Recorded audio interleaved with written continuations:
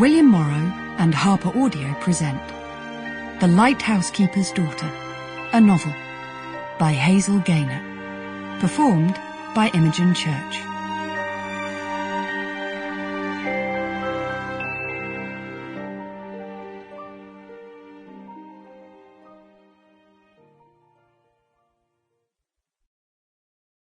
I am not afraid of storms, for I am learning how to sail my ship. Louisa May Alcott.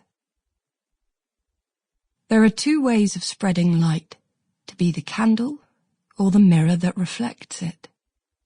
Edith Wharton. Prologue. Matilda.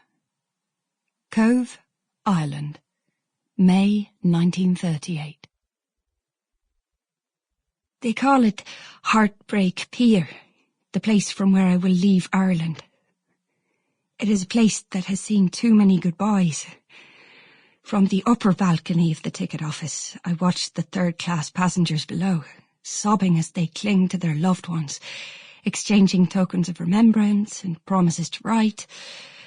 The outpouring of emotion is a sharp contrast to the silence as I stand between my mother and Mrs. O'Driscoll, my chaperone for the journey.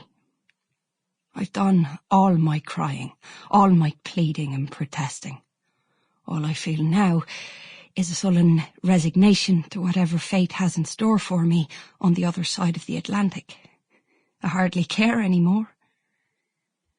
Tired of waiting to board the tenders, I take my ticket from my purse and read the neatly typed details for the umpteenth time.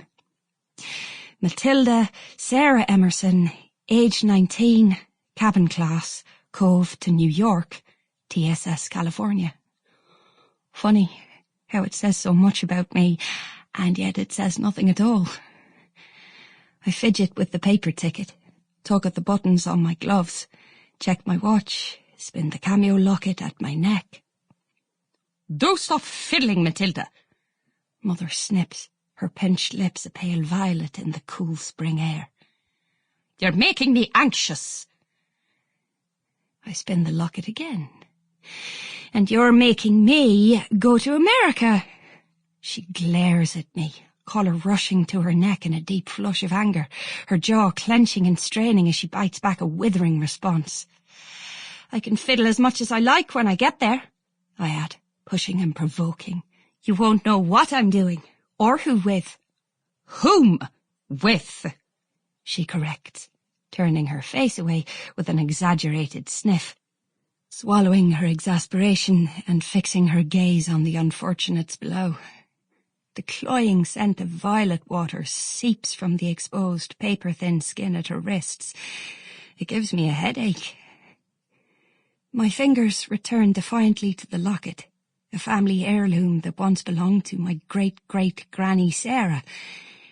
As a child, I'd spent many hours opening and closing the delicate filigree clasp, making up stories about the miniature people captured in the portraits inside, an alluring young woman standing beside a lighthouse, and a handsome young man believed to be a Victorian artist, George Emerson, a very distant relative.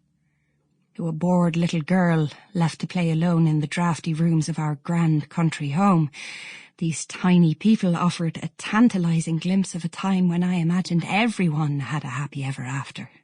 With the more cynical gaze of adulthood, I now presume the Locket people's lives were as dull and restricted as mine. Or as dull and restricted as mine was until half a bottle of whiskey and a misjudged evening of reckless flirtation with a British soldier from the local garrison changed everything.